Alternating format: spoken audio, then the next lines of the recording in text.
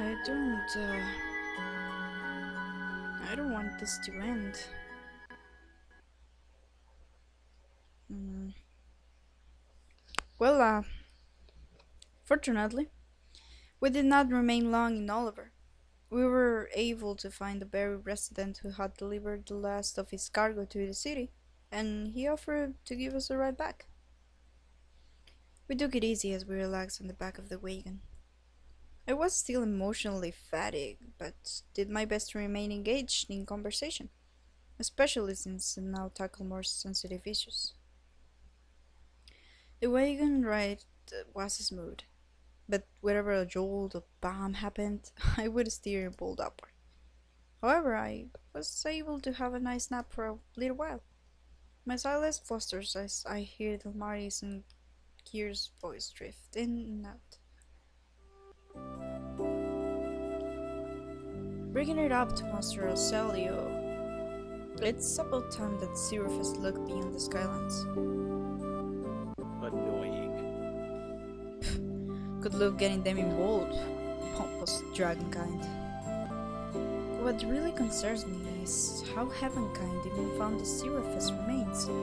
They shouldn't have any means of accessing them. Leave it to me.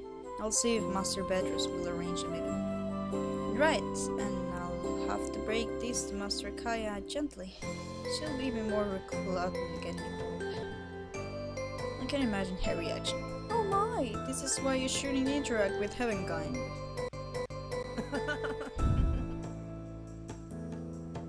The high-pitched voice caused Mari to burst out laughing. She doesn't sound... okay, she does. You're more observant than I thought.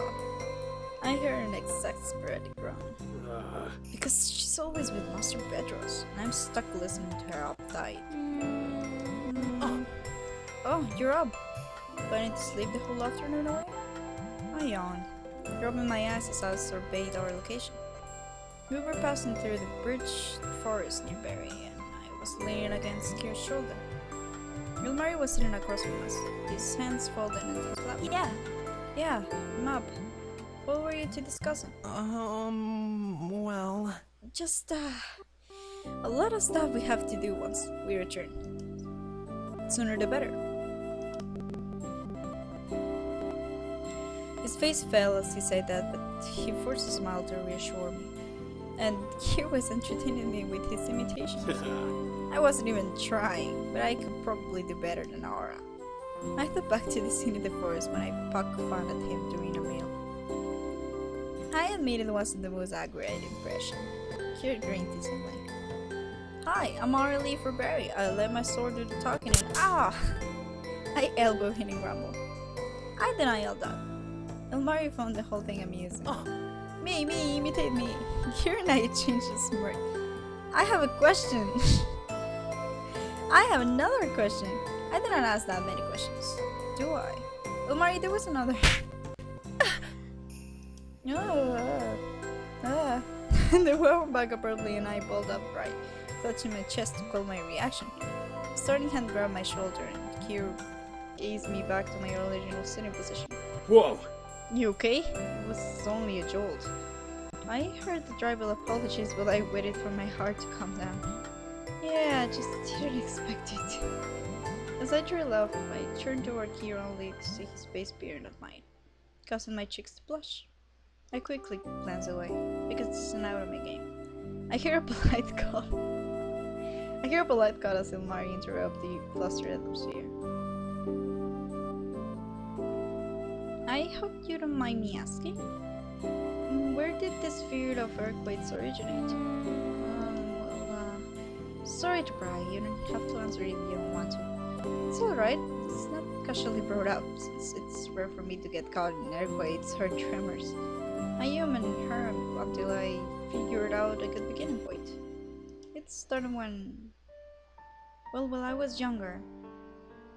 My family lived in Oliver. I would follow my mom everywhere when she did her patrols or visited different places. And now that I think about it, although some parts were still hazy, I recall being thrilled because I was going somewhere that had a lot of nights. Their brilliant armor, their beautiful shiny blades, and how I dragged this wooden sword accurately around. It was at the academy. It was being expanded upon, and some parts were in the middle of renovation. I ran off somewhere. I think I wanted to find the armor room or something. Anyway, that's when the earthquake hit. I'm I not don't sure. remember much, just everything seemed to collapse around me. After that, I couldn't ride in carriages or even enter large buildings without crying. Mom decided it was better for us to move away from Oliver and the memories associated with it. It took a long time, but eventually I got over certain fears. I focused on my night training, hoping to be stronger. I did it again. Make it stop. Of course, my mom wouldn't send me to the academy. She's always been averse to night academies for some other reasons, but my well-being definitely was one of them. Wow, this is the first time I ever told people my story. Aren't you too lucky? No, I really appreciate it. I'm glad you trust us enough to tell us. As a nerd dragon, though, I can't stand for it. Uh, What? He gave a right grin. Leave it to me. You get over some fears. If you like, I can help you get over this airport one. No, that won't be necessary. You sure? I'm certain if I deliver the small tremors, your body will eventually get used to it. Think of it as a cure. That would What? definitely not No. work. That's terrible. That won't help me at all. What would you call the torment anyway? There was an awkward pause before Elmari spoke up. Shock treatment? I groaned and shook my head. Yet I couldn't help but chuckle at his feeble pun. Congratulations, Elmari. You have mastered heaven-kind humor, and everything here is now about our culture. There is nothing more to teach you. Kira glanced between us quizzically, as if determined to figure it out apart. I don't know. I feel the delivery was a little rocky. Elmari burst out laughing. I could only gag at Kira, who seemed pleased at his own joke. I made a cross with my arms. Benny this, Benny pants. As we pestered each other relentlessly, I slumped down and glanced up to the sky, wondering when these interactions had become second nature and routine. And it was all coming to an end. Not that we will have to date. They had amends to make for running away, and that we uncovered something rather disquieting. They had to return and report to their masters. Once we reached Barry, the driver was kind enough to wheel us directly outside to my family home. I eagerly hopped out the wagon. It was evening, and I could see light from within my house. I had barely touched the doorknob when the entrance flew open and my mother hugged me tightly. Mom! For a moment I couldn't breathe because she was embracing me so tightly. When she finally let go, she grabbed my shoulders and examined me. You're home! Congratulations on saving the world! I might didn't do anything that amazing. Did you become a knight? Are you happy? Yeah. Yeah, I'm glad I won. She hugged me a second time. That's what a mother really wants to hear. She glanced up. Come on in. We're going to have dinner ready in a bit. You're probably all starving. Your dad's currently preparing some warm apple cider. Nice, I haven't had that since last year. After Mama ushered us in, she disappeared around the corner, but I pulled up a seat at the table. Kiri even joined us this time. What's apple cider? It's a sweet liquor. Tastes like, well, apple tarts. He stood up and laid both palms on the table. I went through the whole journey without knowing such a thing exists. He looked as though his best friend had betrayed him. Surprise? Not deterred, Kier decided to see how my dad prepared dinner and vanish as well. I hope my dad isn't making the alcoholic cider. Alcohol? Yeah, it's something you add to drinks and it's make people silly and giddy. heaping eagerly. I have a question. Will we be able to partake? I crossed my arms and shook my head fervently. That was a disaster waiting to happen. Oh no, that's fun. I'm not dealing with drunk dragons. Elmari looked completely baffled, but incurred no further thanks to my unwavering expression. Regular cider will suffice. Promise. We had a festive meal, along with a toast to our journey and the bonds that I have forged. We excitedly told our stories, careful to avoid the more sensitive discoveries, as we did not want to cause unnecessary concern. My sides had been hurt so much from laughing before, and my mouth ached from grinning all the time. However, each sip of cider seemed to lose its sweetness whenever I thought about tomorrow. Right, they will leave in the morning.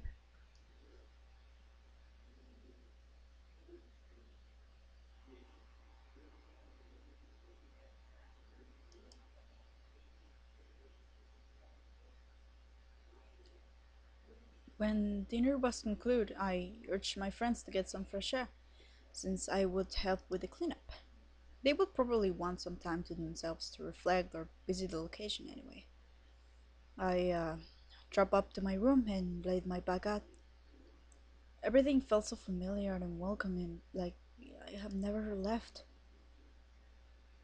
Sensing a sort of routine, I snatched up my blanket to use it as a shawl. Might as well. This probably be the last time to meet them like this.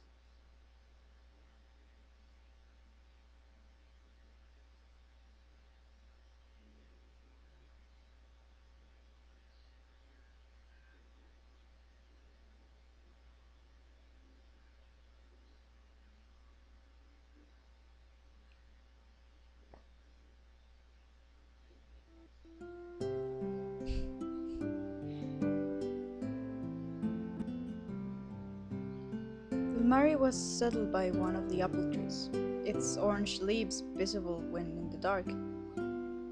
Instead of waiting for me to sit down, he got up eagerly and approached me. Thank you.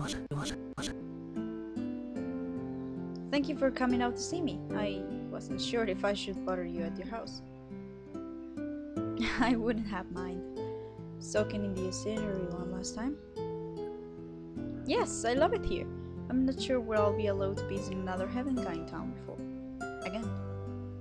I couldn't hide my dejected expression, and Ilmari fitted that answers. Without warning, Ilmari embraced me tightly. I am really going to miss you. I wanted this journey to go on forever. Same here, Ilmari. How long will you be gone for? You'll be allowed to visit at least, right? I'll do everything I can. I'm going to see if I can encourage writing and recording in Dragonkind culture. It'll probably lessen the roles of knowledge keeper somewhat, but then it'll allow us more freedom. We let go. His hands are still clutching my shoulders. Mari, it sounds like you're going to change the system. Of course. It won't happen overnight, of course, but I'll be sure to promote more Heavenkind and Dragonkind interaction. If you keep on reading lessons, I promise I'll write letters to you. I'm not even sure how they'll arrive to you where you are, but still, I'm guessing you don't have an address. An address? His lips quivered and he hugged me again. This is so unfair. You still have so much to teach me about Heavenkind, about you. I know, believe me. I feel the same way. I rubbed his back comfortingly, letting his fingers come through his hair. I devoted my memory to the form of his figure in our embrace. Nothing more needed to be said, and we remained in the hut for a few more minutes. When Ilmari's shoulders stopped trembling and his breathing became calmer, I slowly stepped back, dropping my arms. I really can't thank you enough for everything. I'm grateful that I got the chance to join you here. At least you two will stick together from now on, right? A pained look appeared on his face. Yes, but what about you? I'll be fine. I'll keep myself busy. You won't be the only one with your hands full. That reminds me, where is Kier? I need to say good night to him, too. I think he's closer to your home. Huh? I thought he'd be farther away. He likes the pastry you send at your house past few years. We burst out laughing. Remember in the blanket I dropped it around Ilmari? You sure you won't be cold tonight? You could always spend the night indoors. He shook his head but held the blanket close to his chest. Thank you. Here and I'll be fine. I'll see you in the morning, Arlie. I departed on a high note. Now I just had to find Kier. That was fast. Mari was right about Kier loitering near my house. In fact, he was resting against the wall outside as I peered around the corner. Surprise visit! Stealth is my strong point. He arrogant and unimpressed. Annoying. It wasn't surprising at all. I hear you stomping all over town. I was not stomping, I was walking normally. I plopped down in front of him, resting on my knees. He was sitting cross-legged, his hands gripping his ankles. Looking forward to being back to normal tomorrow? I half expected a blunt yes, or a grumble agreement. Instead, I was answered with an awkward silence. Here? He snapped out of his trance. I guess at least I won't be pathetically weak. Believe me, you're still plenty strong in this form. You'd probably lose your ability to punch though. Can dragons even do that? I'll be the first one to try it. He made a fist and mimed a fake punch to my forehead, nerding up. Look. I giggled. Now it's all coming down to this. I guess I might as well say a few things. I smirked and peered at him knowingly. Is this another reluctant confession? He let out a sheepish chuckle. More willingly, promise. Thanks. I wanted to say thanks for everything. I admit I was a pain at first.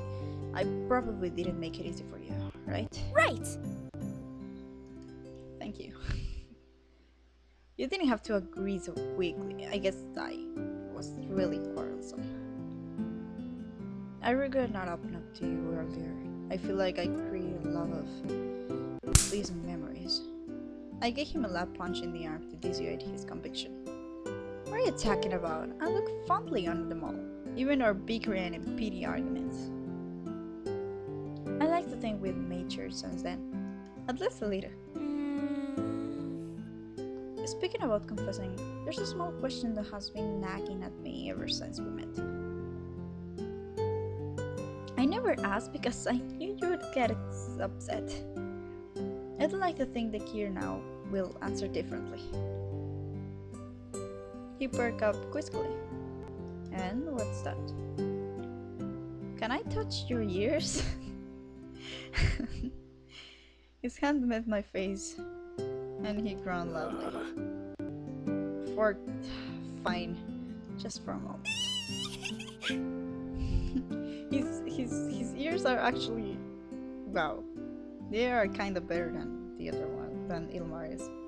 They're like made of rock or something. They're awesome. Still on my knees, I positioned myself so I could lean over better and extended my arms. He glowered at me in disgruntlement, but I ignored his expression as my fingers rubbed a shale-like material. Whoa, they really are as hard as rock. That's what I wanted to know. As I let my fingers graze the grooves and crevices, Kier's irritation vanished, and his eyes lingered downward to my neck. Wondering if I was making him uncomfortable, I let go, but he reached out and enveloped my back with his arms, pulling me close. Kier? His jaw brushed against my neck, and I feel something moist graze my skin. My body turned rigid and my mind screamed all numbers. What?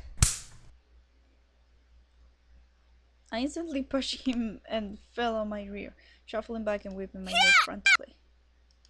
What are you doing? Ara. Oh gosh, the comment about dragons eating Heavenkind was right. Whoa! Ara? I don't taste good, I swear. I work out a lot, so probably all thought in.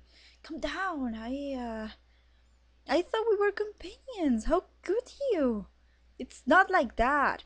This proclamation startled me, and I Oh, followed sorry myself about to that. relax. Uh, that's what she said. You gave me a pink look, then gingerly Look, grabbed my hand. I promise I won't do it again if you don't panic. Right. He held me close again. This time I remained quiet, although my heart still fluttered wildly for our proximity. I heard a deep chuckle in his throat. For someone who can remain composed in battle, you sure act irrationally when it comes to affection. I'm sorry, it's not something I'm used to. Neither am I. Seriously, that took all of my courage just to. Hesitantly, he lowered his head, pausing a moment before delicately nuzzling my neck with his nose. He stopped and rested his chin on my shoulder. Heavenkind have such short necks.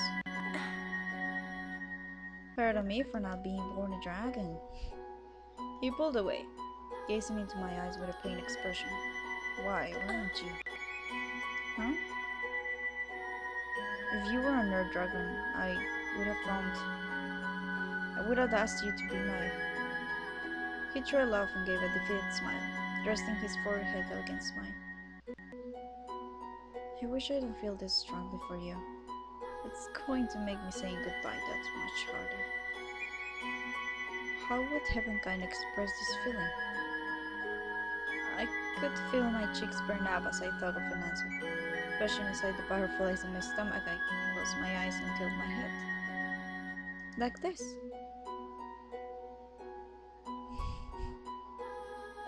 I delivered a light kiss to his lips, and I could feel his body go rigid momentarily before he reciprocated. I threw my arms around his neck and he simply cradled me close. I was not sure how long I remained in his embrace, but I knew I couldn't stay there forever. I carefully put away and stood up. Night, Kier. I'll see you in the morning. You're not staying? Despite his yearning bleed, I remained firm with my decision. I said this before having kind of nestled together. Not sure love when I realized the situation might be different between two people in love, and my heart beat frantically. Uh, good, good night, Kier. I hastily retreated to my bedroom, trying to quell these flustered emotions. Nothing would have happened anyway, would it? Even so, I wasn't prepared to spend the night with one person. Everything I read about the Night Code of Conducts never covered this, and my mom's advice with men could only help me so far. I had no idea how to react in this situation, and I didn't want Kier to see me so anxious. I felt guilty for immediately retreating, but I needed time. Crawling into bed, I propped my scabbard next to the frame so it was always within reach, and curled up under the blanket. As my feelings eventually settled down, I was able to fall into dreamless sleep.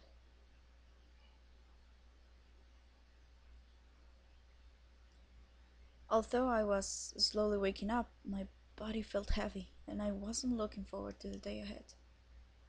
I would have to say goodbye to both Kier and Kilmari. I exhaled loudly, but then shitted myself from feeling down already. Terrible. At least see them off with a smile. I wonder how Kier. As I removed the blanket, it was pinned under something. I looked back curiously. Kier was kneeling beside the bed, upper body resting on the mattress and fabric, with his head in his folded arms. His closed eyes were partially obscured by his brown hair. In Instinctively, I reached for my scabbard, but my hand only met air. I end up topping up the bed in my rush, hitting the floor with a thud. The noise caused Kier to stare. I didn't see my sword anywhere during my frantic search. Kier opened his eyes and sat up, while I stared at him in bewilderment. What are you doing here? I immediately hushed up. That's my Paris here. Where's my sword? It was here when Kier gave me a sheepish look. Sorry. I knew you probably skewer me first and ask questions later, so I moved it. Skewering you will be completely irrational in a situation like this. What are you doing here? Sneaking into someone's bedroom is... Kier bowed and rubbed his head bashfully, leaving his hand on his forehead. I'm aware of that. I didn't want to spend the last night away from you. And you refused if I asked. Well, yeah. I rubbed my face, taking a deep breath, reminding myself that there was a conflict is how we express endearment. From his point of view, I was probably being distant. Well, for me, he was invading personal space.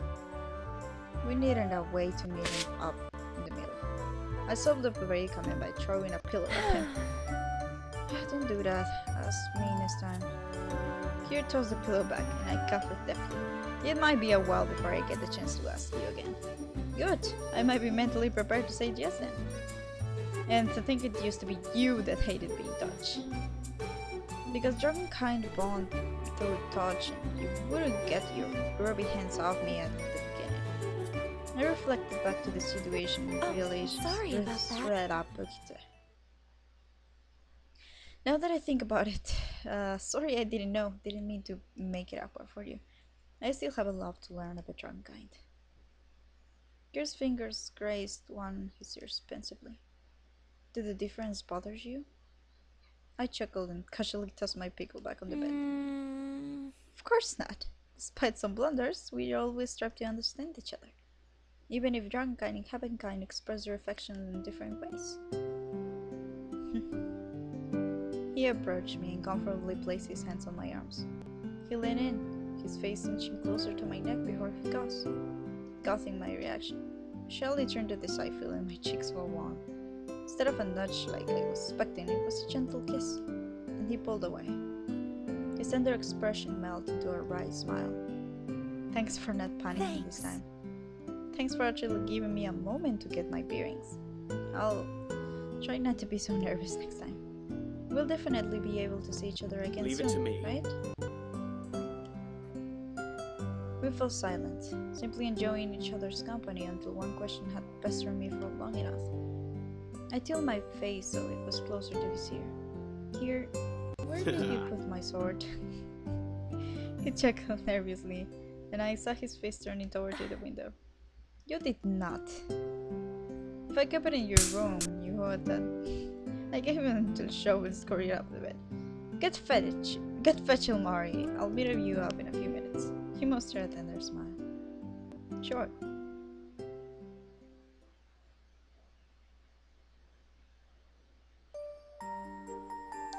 I present these offers to pray for the safe trip and...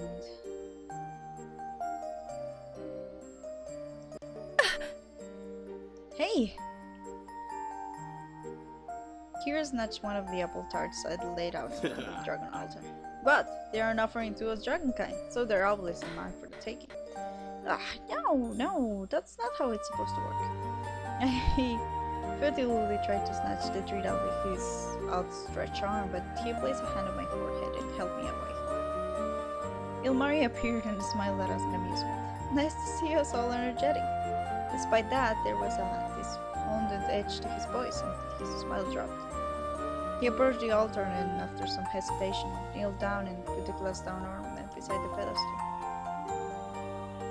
Kira and I immediately stopped our teasing, and I touched Ilmarin's shoulder in concern. You're not taking it with you? No. I think it'll be better if I stayed with you. If it stayed with you, not me. The thing. Kira and I will be working together, so I want you to have something to remember us by. He gauged the size of the cave. I'll be outside. Kira needs to be close to the altar to transform back, since his master has to completely remove the curse. Right! Meet you outside. I thought about leaving as well to give Kira some space, but I paused when I saw him pick up the discarded walking stick from long ago. He twirled in his hands, then looked at me. This brings back a lot of memories. He poked me with it, and I shielded myself with goosebumps. Hey, hit me with that and I'll confiscate it.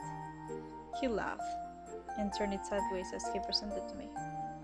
I hugged the stick close before propping it against the altar beside Ilmari's blue ornament. Besides the missing apple tarts, I hope it was satisfying offer to the white dragons. I stood in front of the statue for a few moments before stepping to the side to look at the fearsome room. He reluctantly kneeled down, one open palm on the ground as he lowered his head. His eyes remained open, and then he got up once again. Approaching me, he took hold of my hands and elevated them, his thumbs rubbing my fingers tenderly. After examining them for a few moments, he sighed defeatedly. What's wrong? Regretting that I didn't learn the transformation spell. It'll be a while before we can do anything like this again. Yes, America quietly. Well, you could I would disobey your master again and get cursed a second time. Ugh, I'm not going through that again. That reminds me. What exactly did you say that you got into so much trouble? He let go of my hands and averted his eyes. Does it really matter? My opinions have changed since then. What did you say once? Let's sleep in Dragon's Lie? Now it's made me more curious. Nothing. Come on, really not. Please, please. With strong arms, he embraced me closely, effectively causing me to quiet down as I felt my face pressed against his chest. Still have no idea how to react when I do this, huh? Slowly, I wrapped my arms around him, enveloping his warmth. Really going to miss you. I gently glanced up and, with a whim of courage, stood on my tiptoes and delivered a kiss to his neck. He glanced down at me in surprise, then smiled warmly before touching his forehead to mine. Thanks again for everything, Aura. We remained there for a few moments before Kier reluctantly stepped back and turned to the altar. I stepped back, lingering close to the cave wall. Kier knelt down, then glimpsed my position. You need to move back. Oh, right. I shuffled back a few paces. Farther here? No, further. You're just messing with me. Have you ever seen an air dragon before? Just you and your heaven-kind sights. Which is not accurate representation, and you'll see in a minute. I was practically hugging the cave of the corner, expecting a flash. I shielded my eyes in a slightly averted them. I could hear some mumbling, but I was too far away to comprehend it. That hurt my eyes. As predicted, Kier was engulfed in a bright light, which expanded and took shape before materializing into his true form.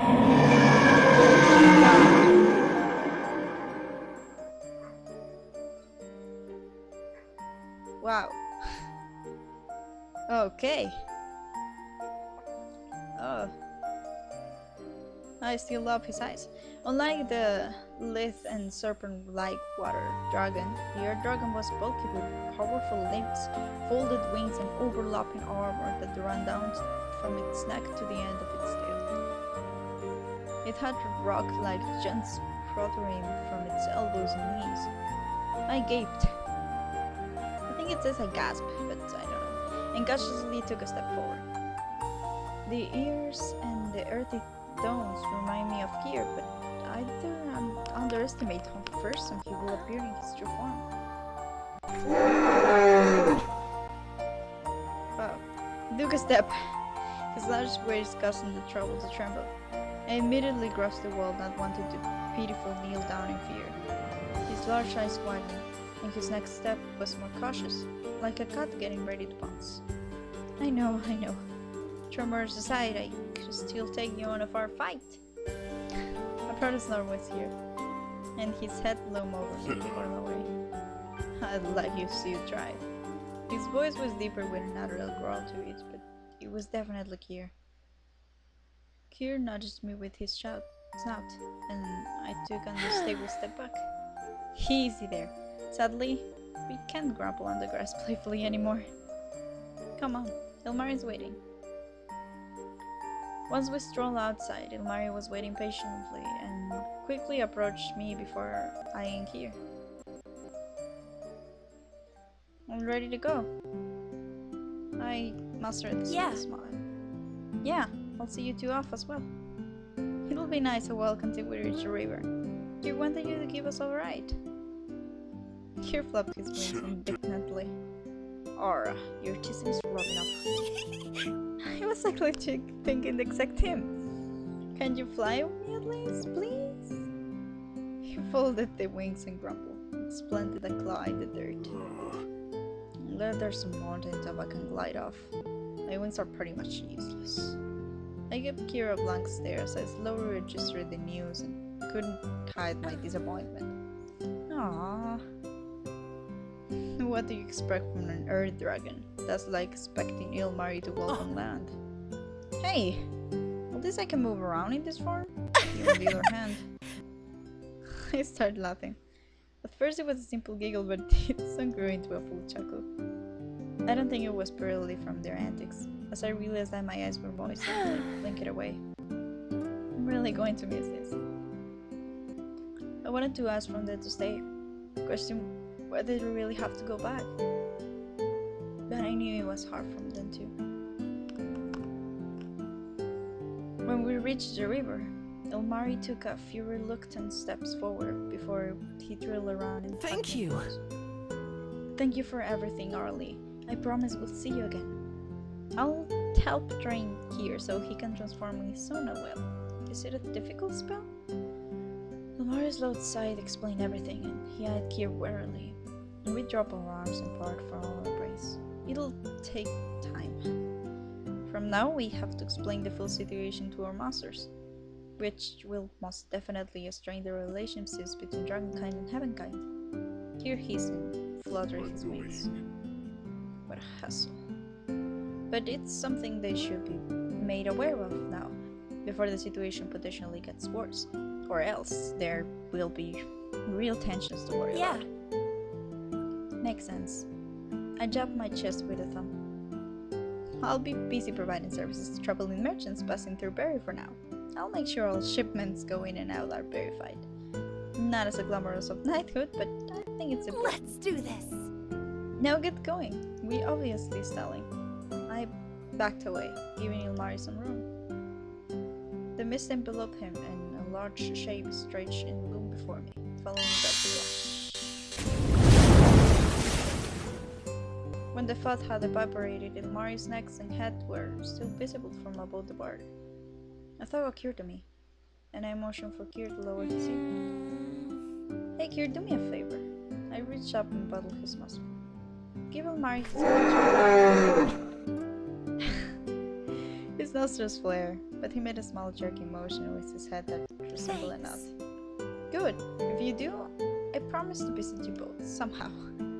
Like a puppy demanding attention, Ilmari nudged my shoulder with his snout, until I turned and patted as well. Playing nice, you two. We'll be fine. Take care, Aurelie. Satisfied, Ilmari retreated into the river while Kier began walking upstream. I was surprised Kier didn't vocalize a goodbye. However, he glanced back momentarily, and I smiled to myself. He didn't handle partners that well. Take care, Kier. Ilmari. I fought the words to run along with them, and instead waved at them fervently until they disappeared from sight. Now and I will break down sobbing. If I continue to stand there, I return to the cave. I smile wistfully as I pick up the glass ornament and the crude walking stick. Whilst I had arraigned them in front of the dragon statue, I made a prayer to the altar. Not sure if this communication works between anyone or just between Dragonkind. I should have asked. How silly of me. But please take care of those two for me. They are both important to me, and it'll be lonely without them.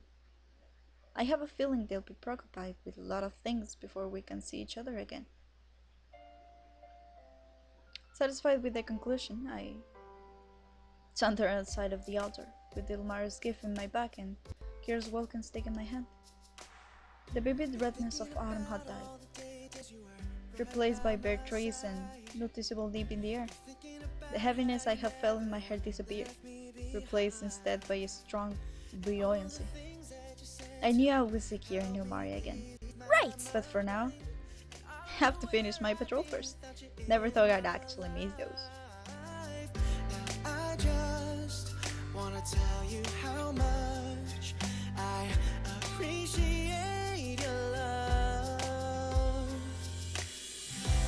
So I'll be there when you call, pick you up when you fall, and if you ever get lonely, I'll be there to heartbeat. This song is for you, for everything we've been through. It's been so long overdue. I just wanna say thank you. Been traveling this road for so long, we're still going strong. Cause without you here, I'd be nothing, nothing at all. Even when times were bad, you believed in me, and now I'm standing tall. And I just wanna thank you for sticking through it all. I just wanna show you how much I appreciate your love.